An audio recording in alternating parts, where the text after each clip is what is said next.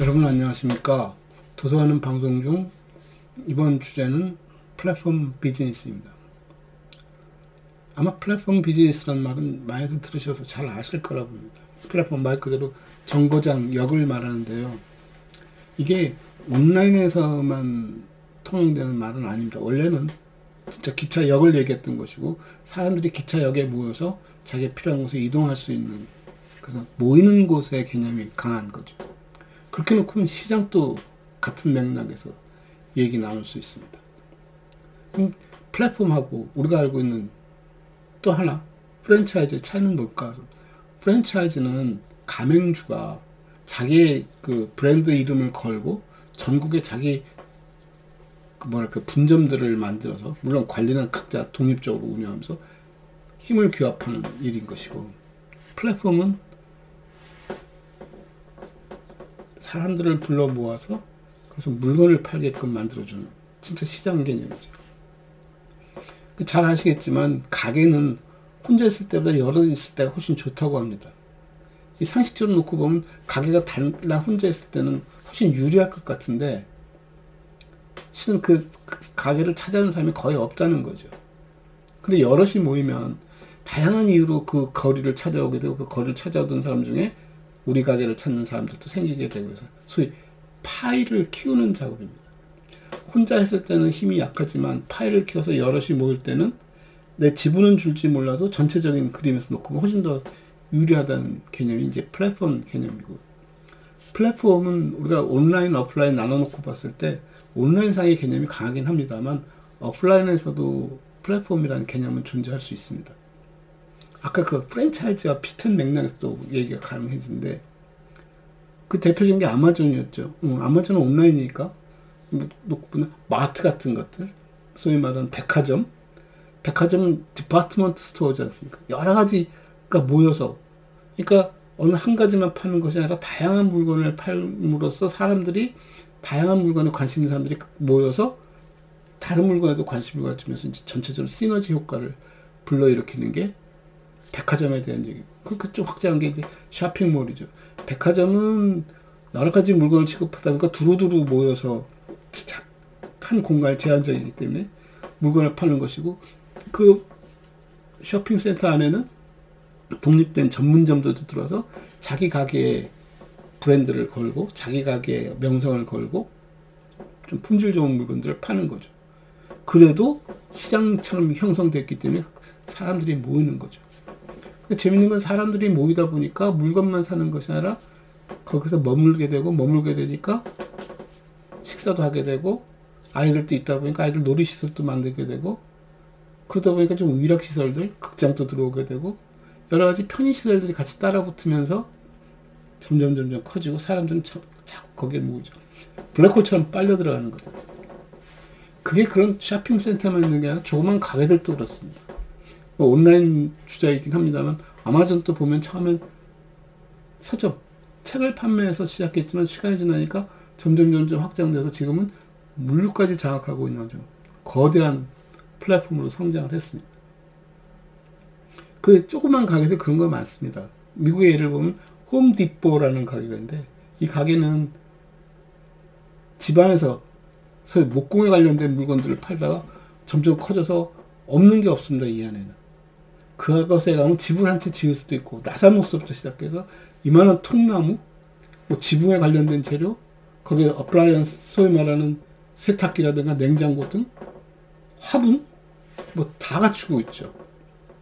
그러니까 어떤 하나에 특화시키고 그 특화된 것의 확장성을 통해서 다 갖는 것이죠. 그 비슷한 예로 또 스테이플이라는 가게가 있습니다. 스테이플스는 우리 스테이플러, 이렇게 지철기 찍는 것, 그 스테이플이라는 이름을 갖고 있는 회사는 문구점입니다. 문구점이 어디까지 가냐면 오피스 용품을 다 취급하는, 소위 커피까지 다 들고 들어가는 거죠. 요즘 온라인 기기들이 많고, 온라인 기기서부터 시작해서 커피서부터 책상, 걸상, 공책, 연필 안 다루는 게 없습니다. 그런다고 해서 음식을 팔지는 않습니다만, 그렇게 스테이플스, 저기는 문구점이야 하면 여러분이 그 문구와 관련된 일을 보면서 꼭 문구에만 한정되는 게 아니니까 그 확장성 상에서 보는 거죠. 이렇게 시간이 지나다 보면 이런 것들이 오버래핑 되면서 아마 나중에는 홈디포에서 문구점도 될 수 있고 스테이플스가 홈디포처럼 가구도 팔 수 있겠죠.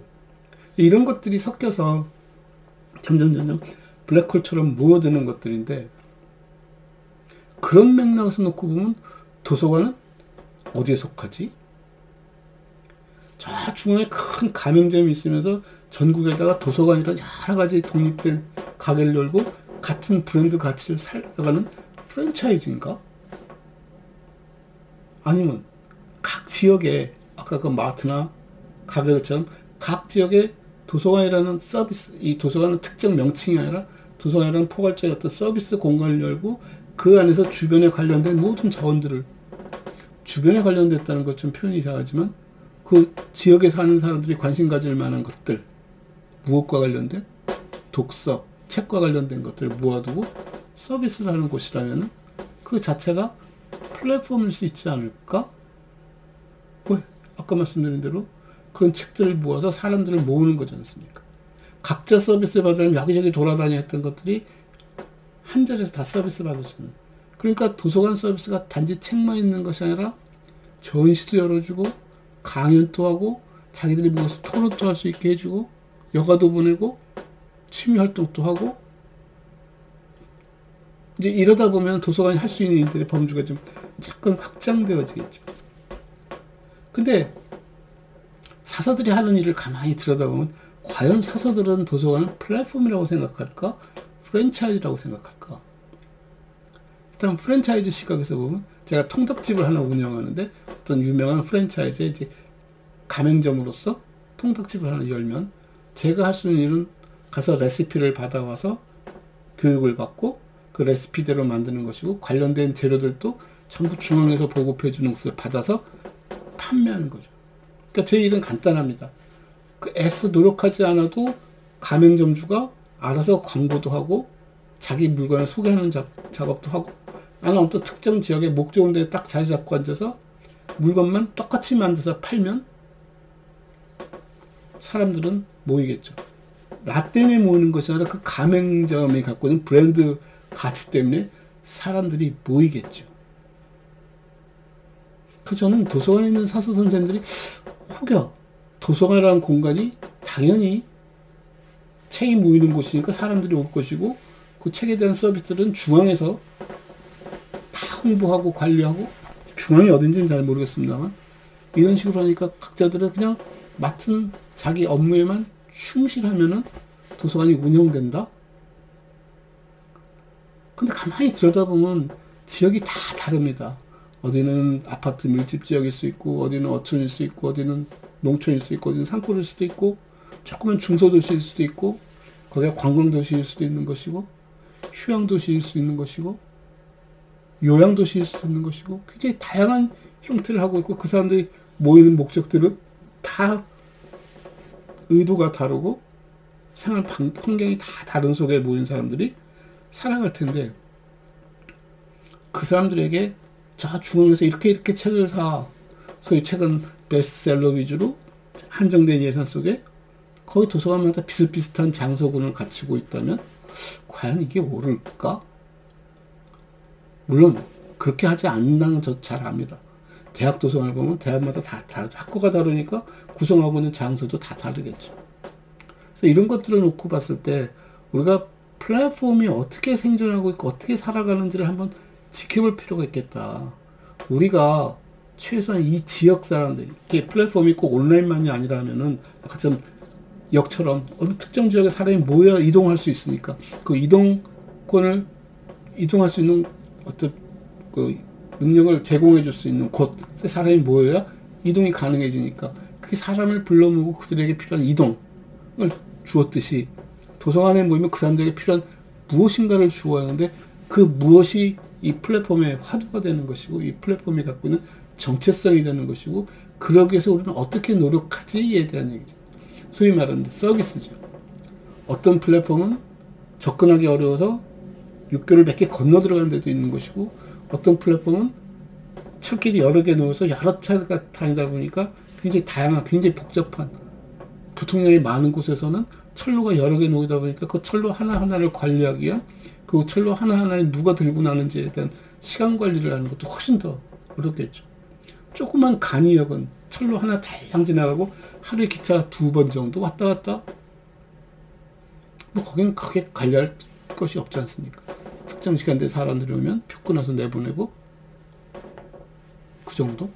그래서 그런 차이들처럼 각 단위 도서관도 분명히 뭔가 다름이 존재할 텐데, 그리고 사람들을 불러 모을 수 있는, 이게 필연적으로 교통수단 같은 경우는 어쩔 수 없이 이용해야 하는 것이 있다면 도서관 같은 경우는 선택적인 것들이거든요.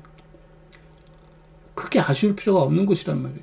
더군다나 요즘은 인터넷이 발달하고 인터넷은 정보 서비스가 훨씬 더 확장되어 있는 속에서 도서관이 생존할까? 라는 의문도 들기 시작하고, 생존한다면 어떻게 생존하지? 생존 방법에는 2가지가 있습니다. 하나는 자기가 굉장히 강점이라고 생각하는 하나를 붙잡고 그거를 강화하는 방법이 하나 있고, 또 하나는 아까 플랫폼처럼 사람들을 자연스럽게 불러 모아서 이 사람들을 하나로 만들어가는, 자기가 원하는 대로 디자인한 대로 키워갈 수 있는, 파일을 키워가는 작업이 있겠죠. 어느 게 옳으냐는 저도 당장 뭐라고 말씀드리기는 힘듭니다만, 만약에 외골로 하나만 지켰다면 책을 지켜야 하는 얘기인데, 이 책이라는 것이 변신을 가하기 시작합니다. 그 책이 변신하는 거 가지고 도서관이 아쉬워할 필요는 없습니다. 왜? 예전에는 목판이었고 점토판이었고 파피루스였던 것이 책의 형상을 갖춰가고 책이 확장되어 가면서 지금의 도서관 체계를 얻은 거라면, 또 책은 진화해 갈 것이고, 진화한 속에서 도서관이 그걸 붙잡을 수 있는 방법을 찾아야겠죠. 설마 파피루스하고 지금 책하고 배열 방법이 같았을까요? 그것이 갖고 있는 주제성도 지금의 제도로 먹힐까요? 그렇지 않을 겁니다. 근데 도서관은 100여 년 전에 만들어진 분류 체계를 움켜쥐고 갑니다. 변함없이. 심지어 학교 도서관에까지 조그만 책이 수천 권, 몇만 권 되지 않는 학교 도서관이나 수십만 권이 되는 공공 도서관이나 100만 권이 되는 대학 도서관이나 분류 체계가 같다? 그럴까요? 아이들이, 초등학생들이 생각하는 자기 어떤 개념 진화 과정, 분화 과정 하고 어른들이 생각하는 자기 개념 설정 과정이 같을까요? 근데 도서관은 진짜 프랜차이즈처럼 저 중앙에서 제시해준 방법을 고수하고 있습니다. 경쟁에서 당연히 밀리겠죠. 프랜차이즈의 가장 큰 약점은 동종업계가 성장하는 것뿐만 아니라 그 유사한 업종이 성장하면서 묻혀버릴 수 있다는 겁니다. 그 유사한 업종이라는 것은 내가 개발해서 판매하고 있는 것을 포함해서 더 나은 것, 또는 그거 차별화되는 것들을 만들어 팔면서 이 경쟁 상태에 놓이게 되면은 위태롭죠. 그걸 극복해 나가는 방법이 뭐니? 그러면 그걸 섞어서 조화롭게 새 제품을 만들 때 이것을 묶어서 기능성을 살려서 만드는 것들. 다 장단점이 있습니다. 옛날에 라디오 하나면 잘 만들어냈는데 이제 라디오, TV 이런 것들이 섞여서 전축까지, 그래서 그 컴포넌트로 만드는 작업들도 있었고, 지금은 다시 이게 어떻게 됐습니까? 뭐 지금은 스마트폰 하나면은 모든 게 다 빨려들어서 블랙홀처럼 이게 다 잡아먹고 있지 않습니까? 근데 지금은 또 뭐랍니까?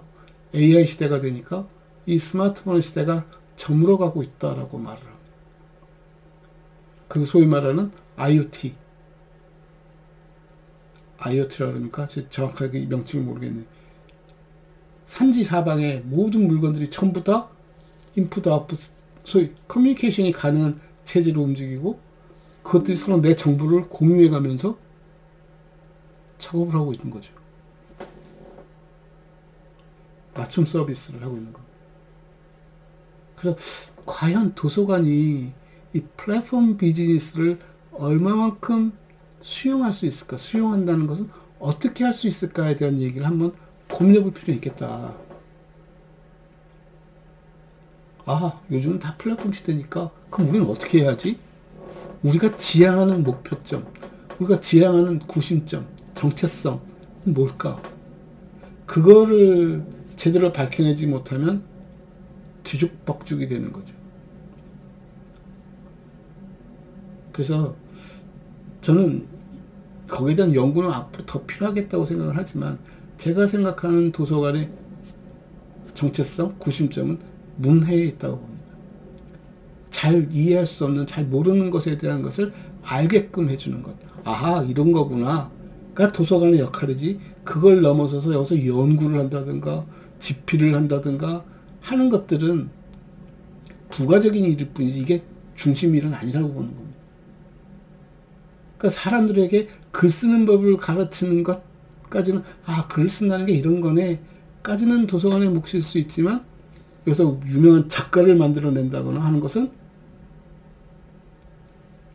도서관의 역량을 넘어가는 것들이죠.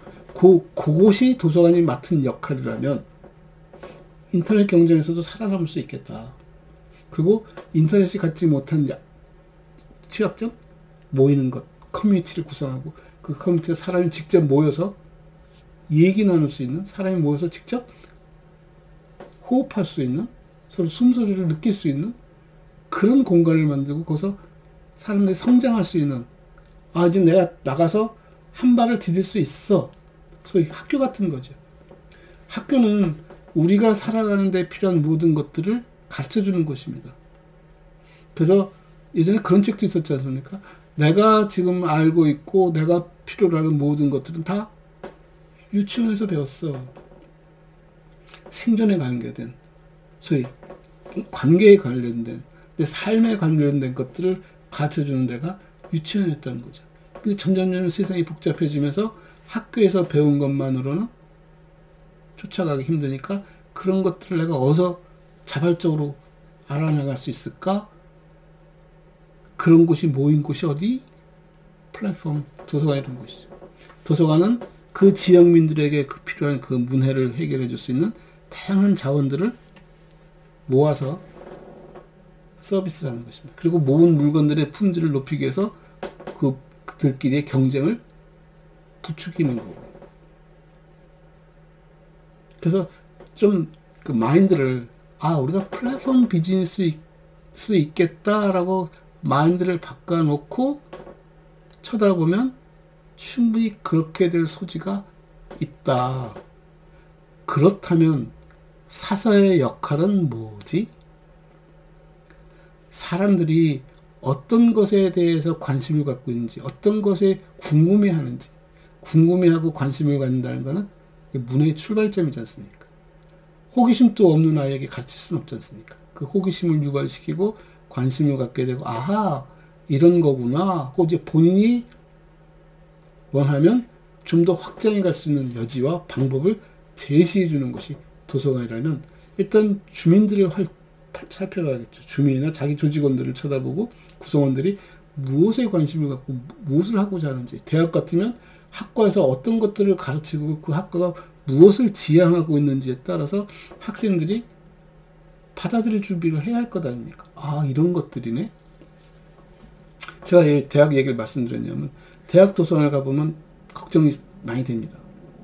대학 도서관 가면은 그냥 일방적으로 대학이, 도서관이, 아, 이 어떤 교양이 필요해 하고 인문사회학 교양서적을 엄청 많이 사다 놓고, 그 다음에 전문서적은 학과에 위임을 합니다. 그럼 학과는, 교수들은 대학생의 생각보다는 자기 연구 중심에서 교재를 만들고 책을 사고 구축합니다. 양극화 현상이 일어나는 것이죠. 그래서 제가 가끔 말씀드리는 게, 아니, 이런 교양서적들은 지역에 있는 공공도서관에게 맡기고 그 중간 레벨에 있는 것들, 지역이 어떤 지역이냐에 따라서 농업지역이면 농촌지역에 맞게끔 그들의 농촌생활에 필요한 가장 기초적인 지식들을 다룰 수 있는 그런 정보를 갖다 주면 좋겠는데, 교수들은 아니, 나는 그거 필요 없어, 난 더 전문화된 농촌 전문 서적이 필요해, 이렇게 간극이 생기는 것을 막고 채워주고 그들이 함께 성장할 수 있게 해주는 것, 이런 것들까지 포함해서 놓고 본다면 사람들을 불러 모으는데 훨씬 더 유리하지 않을까 하는 거죠. 그 인터넷에 유튜브들 보면, 이것 역시 유튜브로 지금 진행되는 프로그램입니다만, 유튜브를 보면은 그들이 갖고 있는 내용들이 굉장히 다양합니다. 없는 게 없습니다. 소위 키워드 몇 개를 넣으면 필요한 거 다 찾습니다. 근데 이제 하나하나를 확인해 봐야죠. 이건 어떤 내용이고 어떤 내용이고 평가하는 것을 포함해서 이것이 나한테 맞는지, 그 다음 단계에 내가 뭘 들어야 하는지, 그 설계하는 작업들이 과연 개개인에게 가능할까요? 쉬울까요? 그러지 않습니다. 생각만큼 쉽지 않습니다. 굉장히 어렵습니다. 다 비슷비슷해 보이고 다 거기 같지만 들어보면 너무 쉬운 것도 있고 또 너무 어려운 것도 있고 내가 원하는 것이 아닌 것들이 상당히 많습니다. 그런 것들을 어떻게 쓰면 좋을까? 그래서 이걸 모니터링하고 조직하고 분류하고 계층 구조화 만들고 하는 일들이 실은 사서의 몫이지 않을까라고 보는 거죠. 근데 사서가 무슨 만능인이어서 자격으로서 다 해결할 수 있다? 그게 아니라 어떻게 조직을 만들고 어떻게 운영해서 그런 것들을 수렴해낼 수 있을까? 소위 시행착오라는 것을 그 지역민들, 자기 구성원들의 경험으로 확장해가면서 그들의 문해를 키우고 그들이 그것을 이해할 수 있는 힘을 키워가면서 스스로 성장할 수 있게끔 조직하는 일, 디자인하는 일. 저는 그게 진정한 사서의 역할이고 도서관이 플랫폼 비즈니스를 통해서 성장해 갈 수 있는 방법이지 않을까라고 생각합니다. 오늘은 플랫폼 비즈니스라는 이름으로 도서관이 어떻게 하는 것이 바람직할까, 사서는 어떤 태도를 가져야 할까라는 내용을 가지고 얘기를 나눠봤습니다. 감사합니다.